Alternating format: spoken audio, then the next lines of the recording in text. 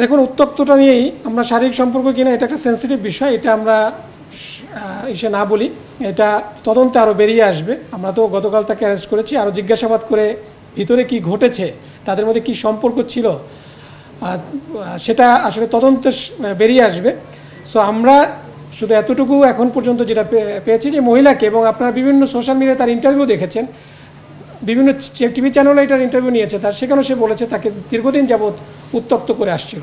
সেই উত্তক্তের প্রেক্ষিতে দুই ভাইয়ের মধ্যে দুজনেই একজনের পিছনে ছুটছে, তো সেখান থেকেই মূলত তাদের মধ্যে একটা দ্বন্দ্বের সৃষ্টি হয়। সেখান থেকে একটা গ্রাম্য সালিশ হয়, সেই সালিশে ফজর আলী কর্তৃক শাহপরান হেনস্থার শিকার হয়, এবং সেখান থেকেই এই শাহপরান ফজর আলীর বিরুদ্ধে একটা অ্যাকশন নিতে চায়, এবং সেটারই প্রতিফলন ছিল 26শে জুনের যে ঘটনাটা। টাকা ধার দিয়েছে ভিকটিমের মাকে, সেই ধারের টাকা নেওয়ার জন্য মাঝে মাঝেই, এটা হচ্ছে সুদের বিনিময়ে দেয়া, মাঝে মাঝে সুদের বিনিময়ে যে সাপ্তাহিক বা মাসিক হিসাবে কিছু টাকা দিবে, সেই টাকা আদায় করার জন্যই মাঝে মাঝে এই ফজর আলী তার বাসা যেত। এটা শাহপরান জানতো। সেই পরিকল্পনা অনুযায়ী 26শে জুন যখন সে জানতে পেরেছে যে ফজর আলী আজকে যেতে পারে সেই বাসায়, সে অনুযায়ী সে মবটা প্ল্যান করে, একটা গ্রুপ অফ পিপলকে সে বলে, এবং এটা নিয়ে সে একটা মেসেজও দেয়। সেই মেসেজটাও আমাদের কাছে আছে ইমোর মাধ্যমে, যে একজনকে এখানে আরেকজন, আমরা ইসের স্বার্থে বলছি না, সে এখন অ্যারেস্টেড হয় না, আমরা তার বিরুদ্ধে কাজ করছি, নামটা বলছি না, তাকে একটা মেসেজ দিয়েছে, সেই মেসেজের স্ক্রিনশটও আমাদের কাছে আছে। মূলত শাহপরান জানতো যে তার ভাই যাবে, বিভিন্ন কারণেই যায়, অ্যাট দ্য সেম টাইম তার সাথে ওই মহিলার সাথে উত্তক্ত করে আসছিল। সেইভাবেই শাহপরান ফজর আলীকে এই হেনস্থা করানোর জন্য এই পরিকল্পনা 26শে জুন করেছিল। হেনস্থা করার জন্যই মূলত এই ঘটনাটা সে সাজিয়েছিল।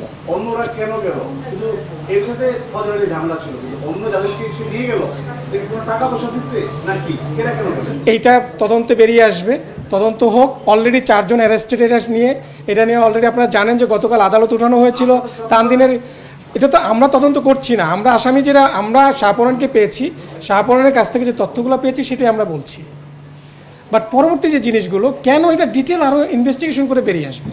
কিন্তু ভালোভাবে দেখার প্রশ্নই আসে না, আমরা ভালোভাবে দেখছি না, এটা নিয়ে আমরাও কাজ করছি, অন্যান্য আইনশৃঙ্খলা বাহিনীও কাজ করছে। আপনারা জানেন যে গতকালের ঘটনাটা সম্পর্কে আপনারাও যা জানেন আমিও ততটুকুই জানি, বাট তারপরে এটা নিয়ে ইনভেস্টিগেশন চলমান আছে, আমাদের কার্যক্রম চলমান আছে। এখানে একটা বিশাল মব যেভাবে করে পুরা এলাকাবাসী দেখে মনে হচ্ছে যে খুবই ক্ষিপ্তই ছিল, আর ক্ষিপ্ত না থাকলে পুরো এলাকাবাসী গিয়ে এভাবে করে নির্মমভাবে 3 জনকে মারতে পারে না।